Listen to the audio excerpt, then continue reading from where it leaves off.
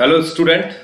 This is Jitendra Verma here, and in this part, this is the leftover part of the IPC nomenclature. In this part, we will talk about writing formula of a complex when name is given.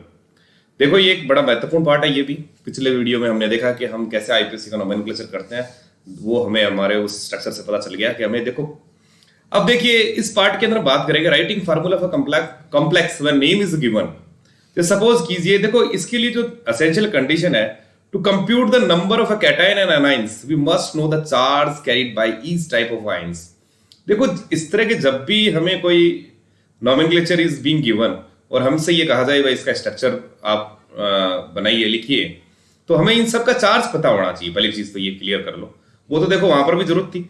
अब देखो next चीज देखिए, देखो यहां देखिए इसको लिखते कैसे, बड़ा सिंपल से है, कोई रूल एंड रेगुलेशन ये आप सिर्फ और इतना फॉलो कीजिए कि देखो सबसे पहले क्या लिखा है, पोटेशियम। तो पहली चीज समझाएगी, पहले तो हमें पता चलना चाहिए कॉम्प्लेक्स कौन सा है। देखो कॉम्प्लेक्स तो हमें पता चली गया, टेट्रा, साइनो, निकलेट। निकलेट देखते ही हमें पता चल गया सर कॉम्प्लेक्स तो कैसा है, इट्स अ नेगेटिव कॉम्प्लेक्स। ठीक है बच्चों, बात समझ में आ रही है? भाई कॉम्प्लेक्स तो हमें पता चल गया sir it's a negative complex. अब पोटेशियम, ये लिखो भाई पोटेशियम। हमने फिर ब्रैकेट के अंदर लिखा कॉम्प्लेक्स पार्ट, देखो क्या लिखा हुआ, टेट्रा साइनो, तो ये हो गया हमारे पास Cn। अब 4 टेट्रा लिखा हुआ है तो ऑब्वियसली 4 हो गया। अब लिखा हुआ है निकलेट, यानी निकल तो है ही यहां पे, ठीक है, ये हमने इसको कर दिया बंद। अब देखो जो सबसे इंपॉर्टेंट चीज है वो ये है कि थर्ड, हम कुछ इस चार्ज को इस तरह से बैलेंस करें कि इसकी निकल की ऑक्सीडेशन स्टेट कितनी रहे, थर्ड। ठीक है बच्चों, तो देखो हमें पता चल रहा है सर Cn है, Cn के ऊपर चार्ज कितना होता है, -1, तो -1 मल्टीप्लाइड बाय 4 कितना हो गया, -4। तो ये कितना होना चाहिए सर, ये तो +1 है। अरे ऑटोमेटिकली आ गया, ले लो, स्ट्रक्चर ऐसे ही बन गया, कोई दिक्कत ही नहीं आई मेरे हिसाब से, कोई दिक्कत ही नहीं आई। ये वाला तो इस नोमेनक्लेचर से स्ट्रक्चर तो बड़ा इजीली बन गया। देखो काउंटर आयन से हम कॉम्प्लेक्स पर चार्ज बैलेंस करते हैं। समझ में आ रहा है बच्चों? देखो ध्यान से सुनना और समझने का प्रयास करना मैं क्या कह रहा हूं। अगर ये ऑक्सीडेशन जो नंबर है ये बड़ा इंपॉर्टेंट रोल प्ले करता है in reducing the structure. Next देखिए, हम just look at the second question. Second इस पे देखिए, पोटेशियम टेट्रा हाइड्रोक्सो जिंकेट। तो देखो हम बच्चों कैसा लिखेंगे सर, पोटेशियम, ये भी तो एक चीज सब समझ में आ गई सर, जिंकेट लिखा हुआ आ रहा है, तो दिस इज क्लियर दैट ये तो पता चल रहा है कि सर जो भी है कॉम्प्लेक्स नेगेटिव है, वैसे पता चल रहा है कि पोटेशियम लिखा जा रहा है। तो देखो हमने लिखा सर ये लो पोटेशियम लिख देते हैं। अब टेट्रा हाइड्रोक्सो, तो देखो जिंक तो हमें पता चल ही रहा है सर, जिंक है हमारे पास सेंट्रल मेटल एटम, और टेट्रा हाइड्रोक्सो तो ये लो OH टेट्रा है तो ये 4 हो गया, ये लो हमने कॉम्प्लेक्स। अब देखो जिंक पे हमारे पास ऑक्सीडेशन स्टेट देखिए, तो जिंक पे हमारे पास ऑक्सीडेशन स्टेट है सेकंड। तो अब सर ये देखो OH का हमें पता है sir that is -1 multiplied by कितना हो गया हमारे पास, तो ये तो हो गया -4। अब -4 है, समझ रहे हो ना बच्चों? देखो -4 है तो इसमें से हम क्या घटाएं कि इसकी ऑक्सीडेशन स्टेट 2 रह जाए, तो ये तो 7 बच रहा है सर, कितना सर, ये तो रहेगा हमारे पास K2। ठीक है ना, K2 से करेंगे तो ऑब्वियसली इसकी ऑक्सीडेशन स्टेट कितनी हो जाएगी, अरे सेकंड हो गई ना ऑटोमेटिकली। मेरे हिसाब से बात समझ आ गई होगी आपको, इस कॉम्प्लेक्स को नोमेनक्लेचर आराम से बना सकते हो, कोई दिक्कत नहीं है। तो सेकंड वाला भी अपने क्लियर हो गया, कोई कंफ्यूजन तो नहीं है बच्चों? देखो चार्ज हमें पता था, इसका चार्ज इससे बैलेंस करना होता है तो हम ऑटोमेटिकली निकाल लेंगे। अब नेक्स्ट देखिए question, here in this hexammine platinum chloride, hexammine platinum, एक चीज तो क्लियर हो गई sir, there is no 8 is being shown here, तो इट्स क्लियर। और वैसे भी देखो काउंटर ऑक्सीडेशन के बाद एक काउंटर आयन आ ही रहा है, तो ये पॉजिटिव कॉम्प्लेक्स है। कैसा कॉम्प्लेक्स है बच्चों? Positive complex. तभी तो देखो इसके नाम में हम लैटिन नेम में 8 नहीं देख रहे। तो देखो हम क्या करेंगे सर, ऑब्वियसली ब्रैकेट हेक्सामाइन तो क्लियर हो गया, NH3 है हमारे पास, उसके बाहर कितना हो गया 6, प्लेटिनम तो ये लो सर प्लेटिनम। ठीक है, अब देखो PtNH3 6 और क्लोराइड, ये लो सर काउंटर आयन क्लोराइड लिख दिया। अब देखो बच्चों इसको थोड़ा समझने का प्रयास करना, मैं क्या कह रहा हूं कि देखो NH3 का तो चार्ज हमें पता है, मैंने कहा चार्ज बड़ा इंपॉर्टेंट रोल प्ले करता है। NH3 का चार्ज कितना है सर, ये तो 0 है। और हमें प्लेटिनम, देखो प्लेटिनम पर ऑक्सीडेशन स्टेट कौन सी लानी है, 4th लानी है। देखो बच्चों हेक्सामाइन प्लेटिनम 4th क्लोराइड लिख रखा है, तो 4th कब आ सकता है कि सर ये बराबर किसके बराबर है, ये तो 0 है, तो यहां पे कितना लिखे हम Cl4, अरे Cl4 तभी, या Cl4 लिखेंगे तभी तो इस पे ऑक्सीजन स्टेट कितनी आएगी, फोर्थ आ जाएगी ना। तो देखो बच्चों क्लियर हो गया मेरे हिसाब से, इस काउंटर आयन का अपन ने बैलेंस कर लिया, क्योंकि हमें पता चल गया कि अगर ये Cl4 है तो देखो अगर x लिखते हैं, ये हमारे पास 0 हो गया, ये हमारे पास कितना हो गया -4 इक्वल्स टू 0, तो x इक्वल्स टू कितना आया, 4 ही तो आया। ये लो, ये भी क्लियर। इससे रिलेटेड और भी कई क्वेश्चंस है, वो आप करिए बुक से निकाल के, मेरे हिसाब से यहां समझ में आया होगा। नेक्स्ट लेते हैं अपन टॉपिक आइसोमरिज्म पे। आ जाइए नेक्स्ट पार्ट पे, that is very important part, that is isomerism. देखो आइसोमरिज्म, जैसा कि मैंने आपको पिछले मेरे वीडियोस में बताया, iso is actually Greek word और इसका मतलब इक्वल, और मिरोज का मतलब actually this is derived from a Greek word which means equal parts. अब देखो यहां समझिए सर, देखो मैंने I have written the definition both in Hindi medium as well as in English medium, so both the student can easily benefited with this video. तो देखो यहां लिखा हुआ 2 or more compounds having the same chemical formula but different structural spatial arrangement are called isomers। Sir कहना क्या चाहते हैं? तो देखो मैं ये कहना चाह रहा हूं कि सर बहुत अपन ये कहें कि बहुत सारे हमारे पास जो कंपाउंड्स हैं उनका same chemical formula, molecular formula is same, molecular formula is same. देखो बच्चों समझने का प्रयास करना, आइसोमर किस होता है, molecular formula same, but what we notice is that sir structural and spatial arrangement are differ. देखो एक दो चीजें हमने यूज की यहाँ पे, एक तो आपने कहा सर स्ट्रक्चर और एक आपने कहा स्पेशल। देखो गौर करना, अगर हम स्ट्रक्चरल आइसोमरिज्म की बात करेंगे, देखो हिंदी में 2 या 2 अधिक रासायनिक यौगिक जिनके अणु सूत्र समान हो परंतु उनकी संरचना या आकाशीय व्यवस्था भिन्न हो, उसे हम कहते हैं समावयवी। या हमें पता है कि सर जो बात हो रही है कि एटम्स का डिफरेंट अरेंजमेंट हो, तो अगर हम स्ट्रक्चरल में अगर हम वेरिएशन देखते हैं तो इसको तो अपन हमारे पास आ जाएगा स्ट्रक्चरल आइसोमरिज्म, ये आ जाएगी संरचनात्मक समावयवता। और अगर हम स्पेशल यानी आकाश स्थिति की बात करें, यानी दिक् स्थान में व्यवस्था, या हम स्पेशल अरेंजमेंट की बात करें, तो ये हमारे आ जाएगी स्टीरियो आइसोमरिज्म। Stereo isomerism.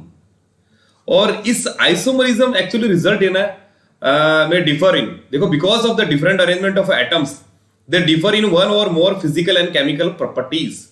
इस आइसोमरिज्म की वजह से ही हमारे पास उसके अंदर भौतिक और रासायनिक गुणों के अंदर भिन्नता मिलती है हमें एक से अधिक।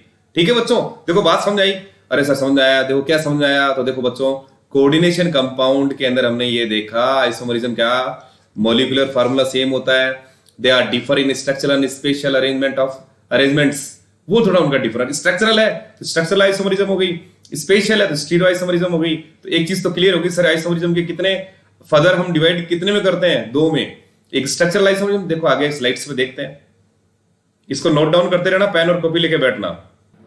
हाँ बच्चों इस स्लाइड पे आ जाओ।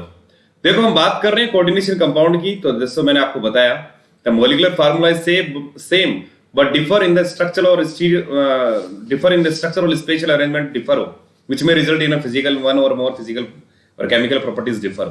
तो देखो इसको हम फर्दर डिवाइड करते हैं स्ट्रक्चरल आइसोमरिज्म और स्टीरियो आइसोमरिज्म। एक को हमने कहा संरचनात्मक समावयवता, दूसरी है हमारे पास त्रिवियम समावयवता। अब देखो संरचनात्मक समावयवता देखिए, 2 या 2 से अधिक रासायनिक यौगिक जिनके अणु सूत्र समान हो। तो देखो एक चीज तो क्लियर होगी सर, पहली चीज आपने बताया था मॉलिक्यूलर फार्मूला इज सेम, ठीक है सर, परंतु उनके यौगिक में अणुओं की संरचना में अंतर हो, तो structural difference is being seen here, वही हम क्या कहेंगे स्ट्रक्चरल आइसोमरिज्म के अंदर कहेंगे। तो देखो बच्चों स्ट्रक्चरल आइसोमरिज्म हम कोऑर्डिनेशन कंपाउंड में पढ़ रहे हैं, तो इसको हम फर्दर आगे वो डिवाइड करते हैं। देखो स्ट्रक्चरल आइसोमरिज्म हमारे पास जो ज्यादा पढ़ी जाती है हमारे एनसीईआरटी के अनुसार, वो हमारे पास देखो पहला तो है आयनाइजेशन आइसोमरिज्म, जिसको हम कहते हैं आयनन समावयवता। दूसरा है ये देखो यहाँ पे लिखा हुआ है आयनाइजेशन आइसोमरिज्म, ठीक है, इसको थोड़ा जूम कर देता हूं मैं। फर्स्ट है आयनाइजेशन आइसोमरिज्म, नेक्स्ट है हमारे पास लिंकेज, इनको हम अभी थोड़ा डिटेल में पढ़ेंगे। फिर हमारे पास सॉल्वेट या सॉल्वेशन, जिसको हम हाइड्रेशन आइसोमरिज्म भी कहते हैं या हाइड्रेट आइसोमरिज्म भी कहते हैं। और जो फोर्थ पार्ट है वो हमारे पास है कोऑर्डिनेशन आइसोमरिज्म। कुछ कॉम्पिटिटिव बुक्स के अंदर आप कोऑर्डिनेशन पोजीशन आइसोमरिज्म पढ़ोगे, वो थोड़ा डिफर है, लेकिन मैं भी सिर्फ एनसीईआरटी का पोर्शन ले रहा हूं, तो वो थोड़ा देख लेना आप। आयनाइजेशन, लिंकेज, सॉल्वेट, कोऑर्डिनेशन, देखो ये यहाँ दे रखा है, ये लिंकेज है, ये सॉल्वेशन है या हाइड्रेशन, ये हमारे पास है कोऑर्डिनेशन आइसोमरिज्म। देखो सबसे पहले हम we will talk about ionization isomerism, जिसको हम हिंदी में कहते हैं आयनन समावयवता। तो देखो बच्चों इसको समझिए और समझने का प्रयास कीजिए। ये है हमारे पास आयनन समावयवता, जिसके अंदर सबसे पहले देखिए the compound which gives a different, यानी आयनन समावयवता कौन से यौगिक देंगे सर? ऐसे यौगिक जो कि विलियन के अंदर डिफरेंट आयंस देते हैं, भिन्न भिन्न आयन देते हैं, although they have a same composition. तो कंपोजिशन गॉटेड सेम तो होगा ही, तभी तो हमारे पास हमने बात की थी सेम मॉलिक्यूलर फार्मूला। अब हिंदी में समझे इसको सर, जब संकुल में उसका प्रति आयन स्वयं एक संभावित लिगेंड है वो, अथवा किसी लिगेंड को प्रतिस्थापित कर सके और विस्थापित लिगेंड प्रति आयन बन सके। क्या कहना चाह रहे हो? देखो सुनो, ध्यान से सुनना और समझना मैं क्या कहना चाह रहा हूं। देखो बच्चों, आयनाइजेशन आइसोमरिज्म में जो आपको समझने वाली बात है वो ये है कि यहां पे जो भी काउंटर आयन होता है, जैसे हमारे पास इस कॉम्प्लेक्स के अंदर जैसे बाहर जो भी काउंटर आयन है, डायग्राम से समझने की कोशिश करना। देखो ये हमारे पास मेटल है, ये हमारे पास लिगेंड है, एमएल से मैंने लिगेंड शो किया है। तो देखो बच्चों समझने का प्रयास करना। सर कहना क्या चाह रहे हो आप? तो देखो बच्चों, काउंटर आयन है that is a potential ligand, यानी कुछ जो आपको जो समावयवता मिलेगी उसमें डिफरेंस मिलेगा, और जो लिगेंड है that can be as a, यानी counter ion can displace a ligand and ligand can be act as a counter ion. मेरे हिसाब से ये बात समझ आ रही होगी। पहले तो आप ये समझिए कि सर आपने ब्रैकेट में मेटल और लिगेंड लेते हैं, बिल्कुल लेते हैं। लिगेंड एक हमारे पास, यानी हम ये कहें, देखो इसको समझिए हिंदी में, प्रति आयन स्वयं एक संभावित लिगेंड है। ये हमारे पास काउंटर आयन है, वो क्या है? प्रति आयन है।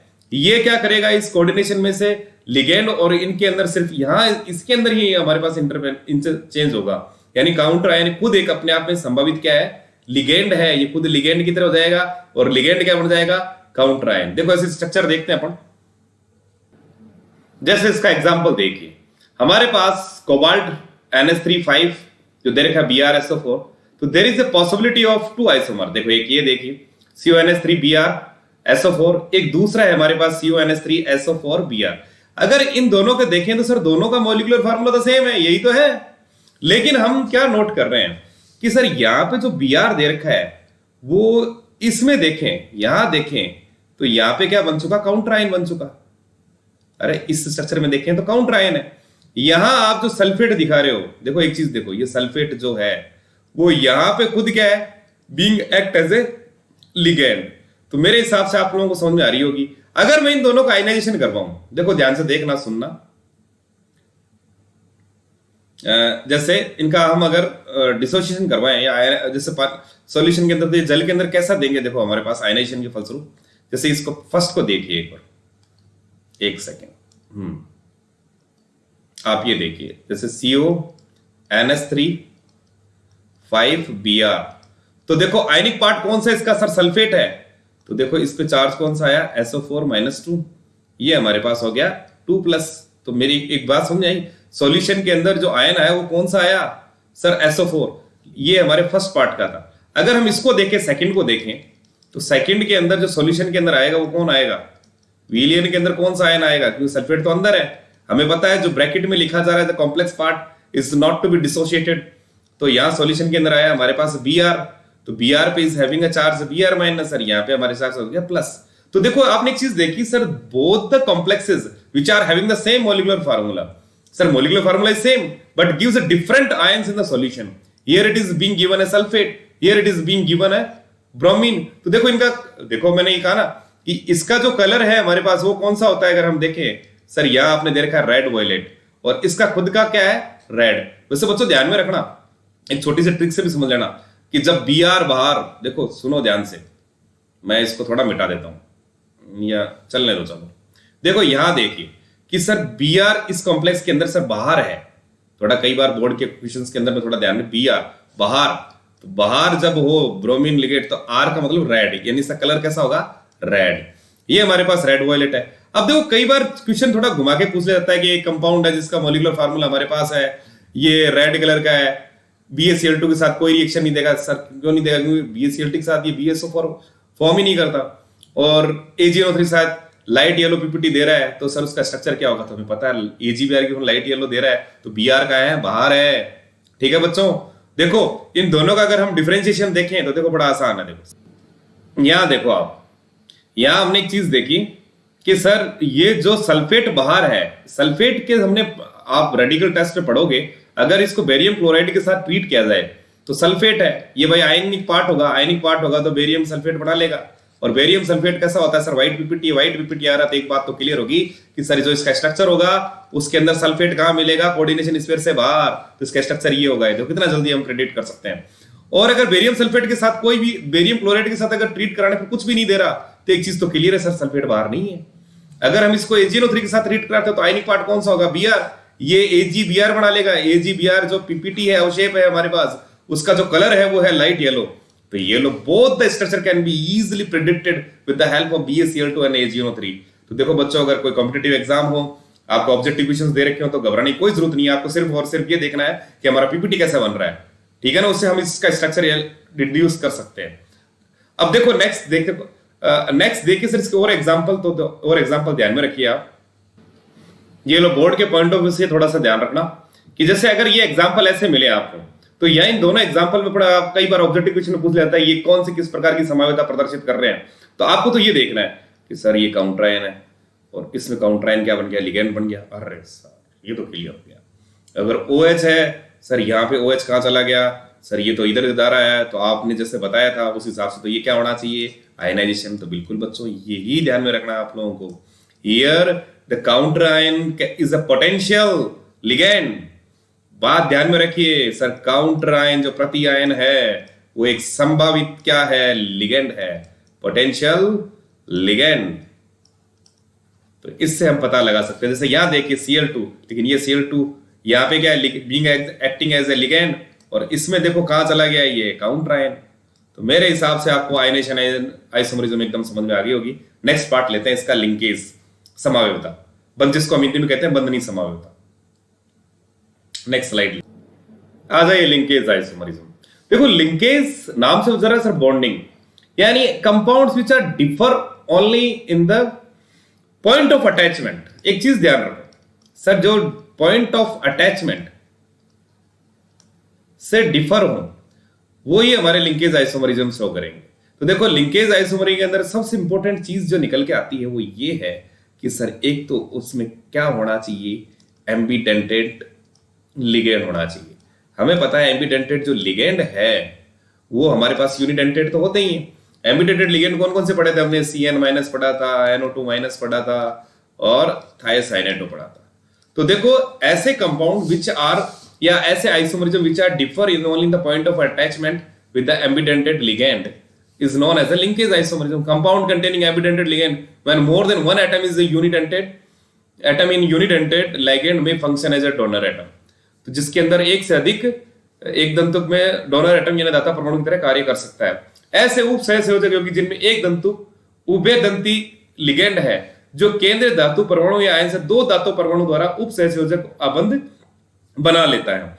लेकिन इसमें जो इंपॉर्टेंट चीज है बच्चों, जो मैंने अभी आपको बात बताई, वो ये है, you should talk about only the point of attachment with the ambidentate ligand. Central metal ion ambidentate ligand से किस तरह से, किस point of attachment से जुड़ा हुआ है? कार्बन जुड़ा हुआ है, नाइट्रोजन जुड़ा हुआ है, इसी में डिफर होते हैं। हालांकि मॉलिक्यूलर फार्मूला इज सेम, तभी तो आइसोमरिज्म शो कर ही रहा है। Only the point of attachment. तो इसमें एक लिंकेज आइसोमर, जब भी दिमाग में कोई भी वर्ड सुनो तो एक चीज तो क्लियर हो जानी चाहिए सर, उसमें जो लिगेंड होगा वो एम्बिडेंटेड होगा। इनको याद कर लो अच्छी तरह सर, CN- SCN। अगर उनका पॉइंट ऑफ अटैचमेंट डिफर मिले तो sir that is a linkage isomer. Just look at the some of the example. चलते हैं हम आगे कुछ नेक्स्ट स्लाइड पे आ जाओ। लिंकेज आइसोमरिज्म के एग्जांपल के अंदर जैसे हमारे पास इस कॉम्प्लेक्स में देखिए, हमारे पास कोबाल्ट है, NH3 5 है, पेंटामिनो नाइट्रिटो N। तो एक चीज नोट किया आपने, N, यानी the central metal atom this cobalt is connected with this nitro ambidentate ligand with donor atom N, यानी इस NO2 के डोनर एटम N से जुड़ा हुआ है। यहां देखिए तो इन दोनों A और B के अंदर हमने ये देखा कि इन दोनों का molecular formula is same. Molecular formula is same, आणविक सूत्र हमारे पास क्या है? समान है बच्चों। हिंदी मीडियम वाले एकदम ध्यान से सुनना और समझना, क्योंकि कंफ्यूजन होने की दिक्कत नहीं आनी चाहिए। The molecular formula is same, but what we are noticing is that the linkage, the point of attachment are differ in both the compounds. Here the central metal atom is linked with nitrogen, but when you talk about this B part, the nitrato है जो हमारे पास, उससे किससे जुड़ा हुआ है? Oxygen से। तो बाकी हमारे पास सेम है, इसी को ही हम लिंकेज आइसोमरिज्म कहते हैं। मेरे हिसाब से बंधनी समझौता समझ में आ गई होगी। दोनों स्ट्रक्चर को देखिए ध्यान से। यहां हम ये देख रहे हैं, देखो S3 NH3 NH3 NH3 NH3 NH3 is ligand. लेकिन यहां देखो, इसको थोड़ा सा मैं आपको बता देता हूं, इसको गौर करो आप। यहां हमने जो नाइट्रो देखा वो सर किससे जुड़ा हुआ है? That is oxygen. यहां आप देख रहे हो जो नाइट्रो वो किससे जुड़ा हुआ है? नाइट्रोजन से। तो यही तो बंधनी समझौता है। बड़ा सिंपल है सर, हम पहचानेंगे से? अरे आराम से पहचानोगे। आपको कॉम्प्लेक्स के अंदर ये देखना है कि उसके अंदर एम्बिडेंटेड लिगेंड है क्या? उभय तंतु लिगेंड देख लिया, दोनों में अगर दिख रहा है, पॉइंट ऑफ अटैचमेंट अलग दिख रहा है, तो आंख बंद करके आप कर देना सर ये तो लिंकेज आइसोमरिज्म है, चाहे ऑब्जेक्टिव क्वेश्चन हो चाहे कुछ भी हो, बंधनी समझौता है। ठीक है, और इसके एग्जांपल देख लेते हैं थोड़ा सा। यहां आ जाओ, देखो ये दो कॉम्प्लेक्सेस में देखो आप, यहां हमारे पास थायोसाइनेटो है। दोनों complex, both the complexes are differ only in the point of attachment. दोनों हमारे पास यूनिडेंटेड एम्बिडेंटेड लिगेंड है, उभयदंती लिगेंड है। और इस उभयदंती लिगेंड में हमने ये देखा सर यहां पे ये जुड़ा हुआ है सल्फर से और ये जुड़ा हुआ है नाइट्रोजन से। तो ये तो क्लियर हो गया सर, ये कैसा आइसोमरिज्म प्रेजेंट कर रहा है? सर ये तो लिंकेज है। यहां भी देखिए साइनाइड के अंदर अगर हम देखें साइनाइड, सर यहाँ कार्बन है, यहाँ पॉइंट ऑफ अटैचमेंट नाइट्रोजन है। तो सर ये दोनों भी क्या हो गए हमारे पास? लिंकेज आइसोमरिज्म के एग्जाम्पल। मेरे हिसाब से दोनों चीजें आपको क्लियर हो रही होगी, समझ में आ रहा होगा। आगे चलते हैं नेक्स्ट हम आइसोमरिज्म। देखो नेक्स्ट सॉल्वेट और हाइड्रेट में कैसे समझे sir? When complexes are of a same composition यानी molecular formula is the same but differ only in the solvent molecules, in the number of solvent molecules, solvent molecule here we are taking H2O। अगर H2O ले रहे हैं तो इसको hydrate isomerism भी कहते हैं। मेरे हिसाब से बात समझ आ रही होगी। सर क्या कहना चाह रहे हो? देखो वापस सुनिए कि अगर हमारे कोई भी कोऑर्डिनेशन कंपाउंड है उसके अंदर जो H2O मॉलिक्यूल है वो यहाँ कोऑर्डिनेशन एंटाइटी के अंदर और यहाँ काउंटर आयन, इसके नंबर में अगर हम आपको डिफरेंस मिलता है तो उसी को हम सॉल्वेट या हाइड्रेट आइसोमरिज्म कहते हैं।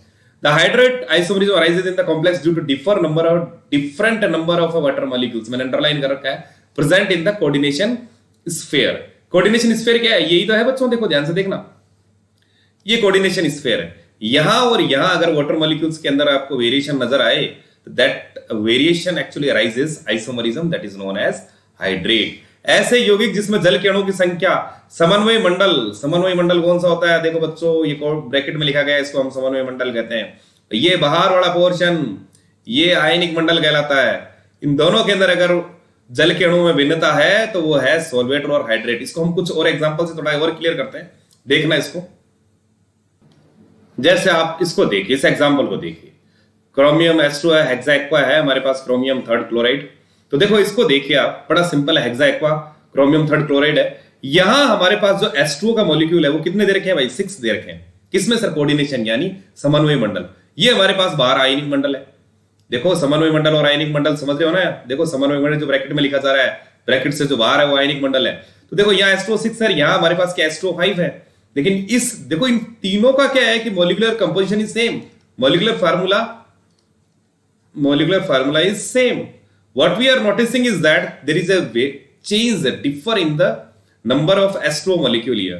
तो देखो यहाँ H2O 5 है, यहाँ पे एक H2O इधर हो गया, इधर देखिए हमारे पास यहाँ H2O 4 ही हो गया हमारे पास।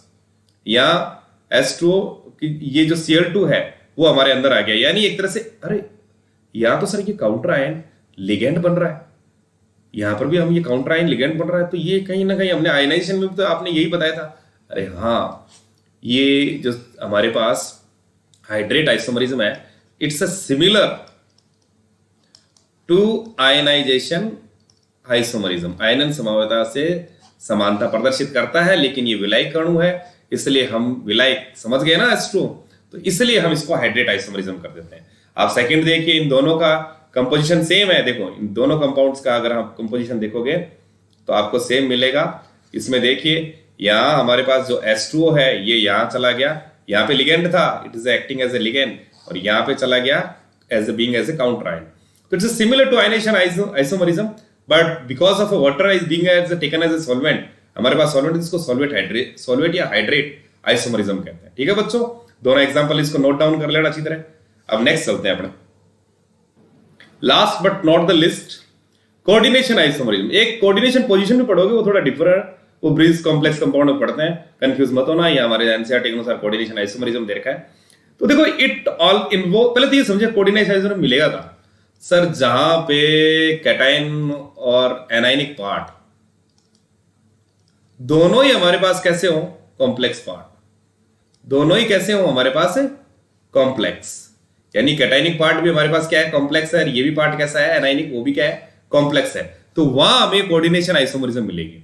तो देखो इसमें हम चेंज कहां, बड़ा सिंपल है सर। आप जैसे आप ये कहो, जैसे मैं एक बात कहता हूं, पहले थोड़ा सा एक छोटे से एग्जांपल से समझते हैं अपन, कि जैसे हमारे पास डबल कॉम्प्लेक्स वाले साल्ट है जिसके अंदर ये ले लिया मैंने, ये हमारे पास एल है, ये एक दूसरा कॉम्प्लेक्स लिया हमने, ध्यान से सुनना, ये मेटल थोड़ा मैं दूसरा ले लेता हूं, देखो कलर से समझना आप, ये मेटल हो गया, ठीक है ना, और इसका जो लिगेंड है वो हमारे पास किसी और कलर का कर लेते हैं, चलो इसी का ले लेते हैं, ठीक है ना, ये लो, ठीक है बच्चों, ये डबल कॉम्प्लेक्स है हमारे पास। पहले इसको समझने का प्रयास करो मैं क्या कहना चाह रहा हूं।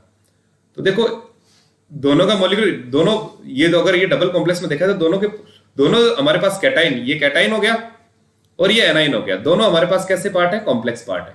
अब इसके जो आइसोमरिज्म होगी वो इस प्रकार से होगी, सर ये मेटल एटम इस मेटल से डिफरेंट, ये मेटल है, ठीक है ना, नहीं आप अब इसके साथ जो लिगेंड है वो ये है, यानी हम एक चीज देख रहे हैं, एक्सचेंज ऑफ किसका हो रहा है, लिगेंड का हो रहा है।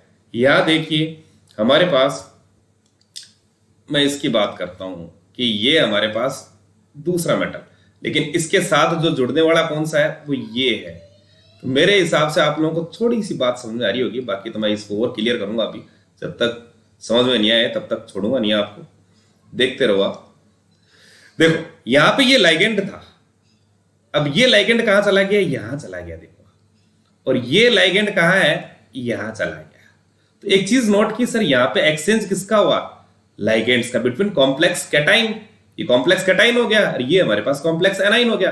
अब देखो this condition will be more clear by taking an example. अब हम एक उदाहरण के से इसको और थोड़ा ढंग से समझते हैं। मेरे हिसाब से बात समझ रही हो सर, ये मेटल ये मेटल इस मेटल लाइन से क्या है, दोनों डिफर है, इसको तभी तो मैंने ग्रीन से शो किया है, इसको दूसरे रंग से शो किया है, तो दोनों में हम एक्सचेंज किसका देख रहे हैं, एल का, एल यानी लिगेंड। तो देखो हम लेते हैं नेक्स्ट इसका एक स्लाइड, उससे और ज्यादा क्लियर हो जाएगा आप लोगों को। देखिए यहाँ two isomer differ in the distribution of ligand in the cation and anion.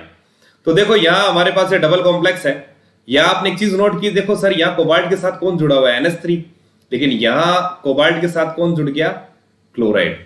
तो हमने एक चीज देखी सर, ये जो NH3 था ये कहाँ चला गया, अब इस क्रोमियम के साथ, और ये जो Cl है ये किसके साथ चला गया, कोबाल्ट के साथ, और इसके फलस्वरूप हमारे पास क्या मिली, ये आइसोमरिज्म मिली।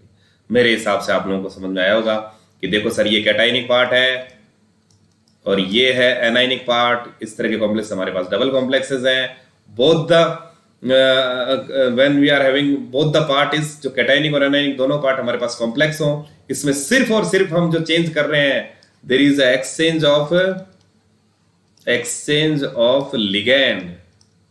सर लिगेंड का ही एक्सचेंज होता है हमारे पास से, एक्सचेंज का विन में, समझ रहे हो ना। तो देखो इसमें ये हमारे पास लास्ट समावेशिता थी कोऑर्डिनेशन, एक कोऑर्डिनेशन पोजीशन और होती है, उससे कंफ्यूज मत होना। कोऑर्डिनेशन का मतलब यही है कि सर ये जिसके साथ अटैच था कोबाल्ट, या किसके साथ था, एथेन 1,2 डाइमीन के साथ, या कोबाल्ट किसके साथ है, ये साइनिडो के साथ कोबाल्ट है। ये बच्चों ध्यान से सुन लेना, कहीं कार्बन मोनोऑक्साइड समझ लो, ये CO है कोबाल्ट, ठीक है ना, ये कोबाल्ट के साथ है। मेरे हिसाब से आइसोमरिज्म समझ में आई होगी, एक बार और चेक करते रहिए, इसको नोट्स बनाते रहिए, जितने नोट्स बनाओगे जितना लिखोगे उतना समझ में आएगा। अगर वीडियो वास्तव में अच्छा लगा हो तो लाइक सब्सक्राइब जरूर कर दीजिए, और कुछ कमी हो तो हम और इम्प्रूव करेंगे, कोशिश करेंगे। अभी तो नए नए हमने स्टार्ट ही किया है, देखते हैं अभी और कुछ टॉपिक्स लेंगे, अभी ज़्यादा टाइम नहीं हुआ इस पर, तो सीख भी रहे हैं कुछ टेक्नोलॉजी और वगैरह जो भी है इसके अंदर। तो आज का पोर्शन आपको समझ में आया होगा। थैंक्स फॉर वॉचिंग, इतनी देर पेशेंस रखने के लिए। Okay, thank you.